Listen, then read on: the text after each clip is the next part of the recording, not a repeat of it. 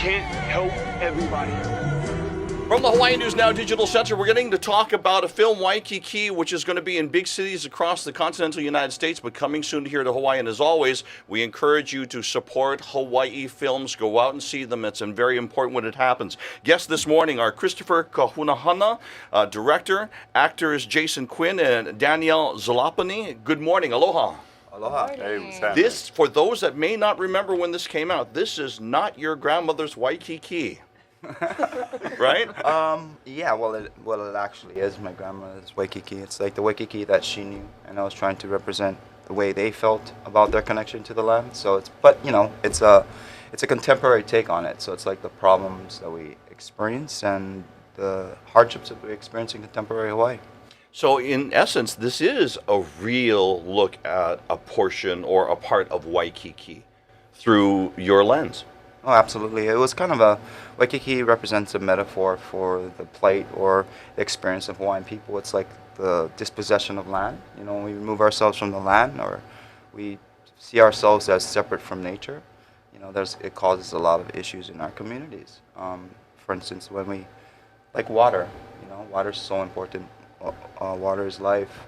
And if we don't treat water with the respect of our indigenous cultures and our relationship to it and the land, we run into a lot of problems societally. Danielle, talk about when the first time you saw this script. What were your thoughts? No,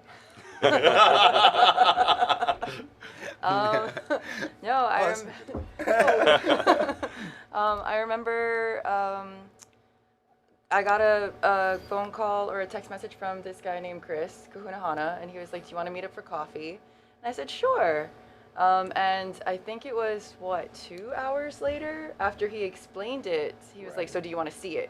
And I was like, "Yes, please send it to me." And it was such a bizarre script in such an amazing way, where he was not afraid to really go there.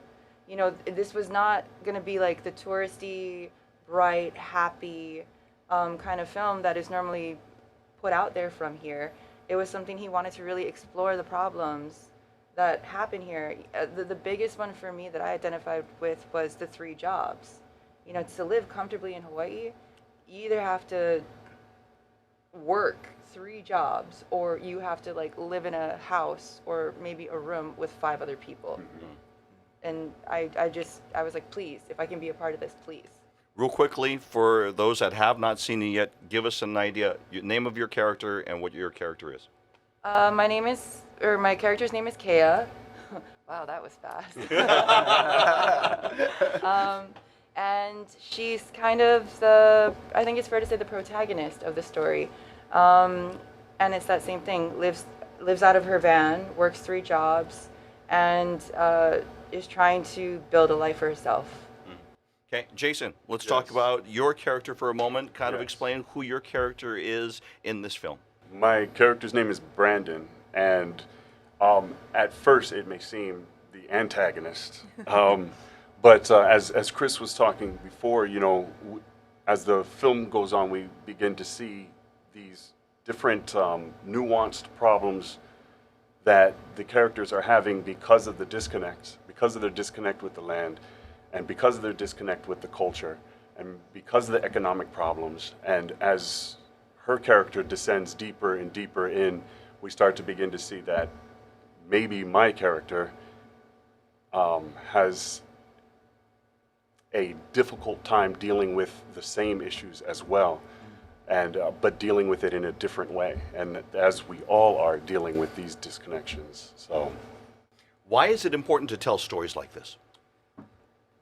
I think film is like a mirror that we hold up to society. It's like a way for us to see ourselves, and I'm hoping people, when they watch the film, they'll see their mothers, their brothers, their family members, and they'll have empathy for the characters and see that, you know, like everyone's kind of living day to day, paycheck to paycheck, and sometimes we don't make the best decisions. But if we get to know people and we start to, you know, learn about them, we realize there's more going on than, you know, the smiley, perfect teeth, the perfect face. that we present in public. And so it's like a way for us to delve deeper into people's motivations and understandings and feelings. Danielle, you were recognized for best performance in a feature film. What was it like? Unbelievable. I remember I got a text from Chris. He was like, "Hey, I got this thing. It's an award. Can I get your address so I can send it to you?" And I was just like, "What are you talking about?" And he was like, "Yeah, go Google it and you'll see." And I think it was the Minneapolis, the Twin Cities. Yeah, Twin Cities. Yeah. Twin Cities Film Festival? Yes. Yeah. And it was such an honor that someplace so far away thought that what we did, because I don't think it was just my performance, it was everything. It was the writing, it was the filmmaking, it was the supporting acting. But you were, I mean, when you think about what you did, it was brave. You know, it was well deserved. It's so brave. When you watch the film, the places that she's asked to go as a performer is super scary. I watched you do it, and I was sitting there like, oh my God, she's gonna do that. It was well 17 deserved. times. I think when people watch it, they'll understand the accolades that you receive for your performance, because it's nuanced, it's gripping, and it feels like authentic. It doesn't feel like you're trying to be that character. It feels like you're experiencing. We as the audience experience. And then I also too want to give that back to you, where it's like I know it sounds strange, but you gave us the permission to go there, the safety to go there, because there are some scenes that are very heavy and hard, and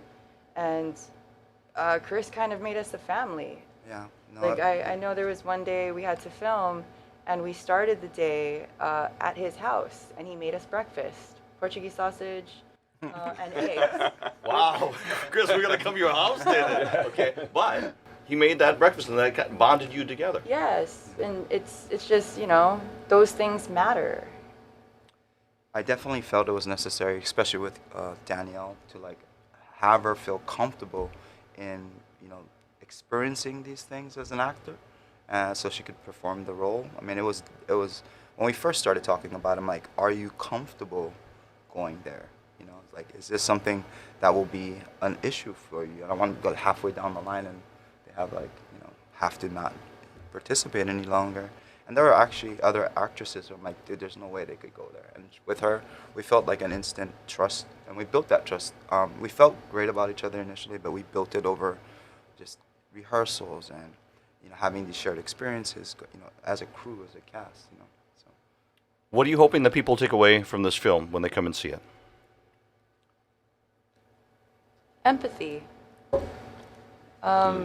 Exactly what Chris was saying. You should get to know people.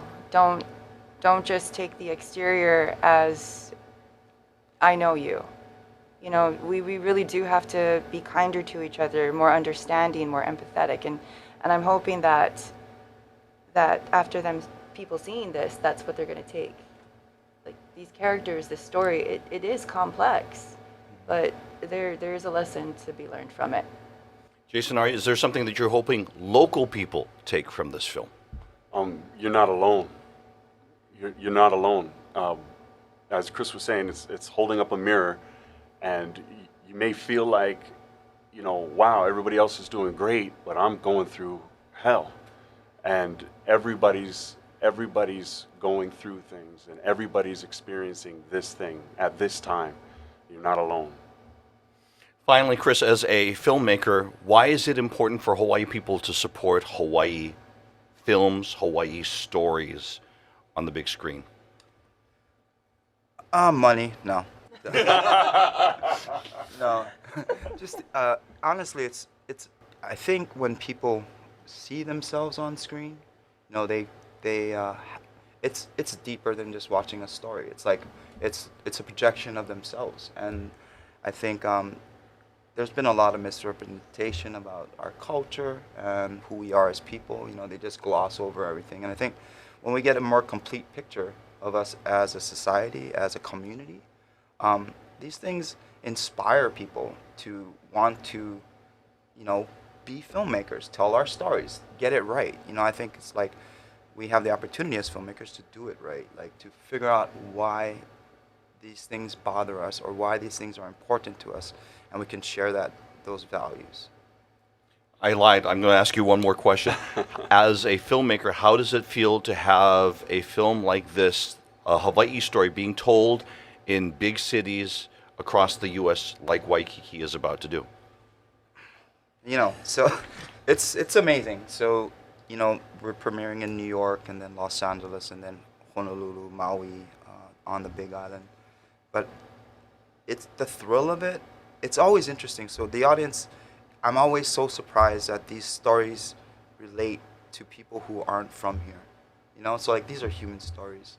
They see themselves in the characters also. And that's always like shocking, but it's also makes me realize as a Kanaka filmmaker that, you know, we're human and people relate to that humanity, no matter where you are.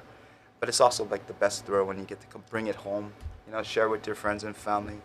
And, you know, your dad comes in there and then he pulls you outside and goes like, I don't know what I did wrong with you, but congratulations. So, you know, that's a thrill. You know? I understand that. I understand that. Waikiki, it's going to be in theaters here across the Hawaiian Islands, but if you are in places like New York, Los Angeles, go and see it. It's important. Once again, Jason Quinn, Danielle Zalopony, and Chris Kahunahana, thank you very much for being our guests here at Hawaii News Now. Thank you. Thank you. Aloha. Thanks, Billy.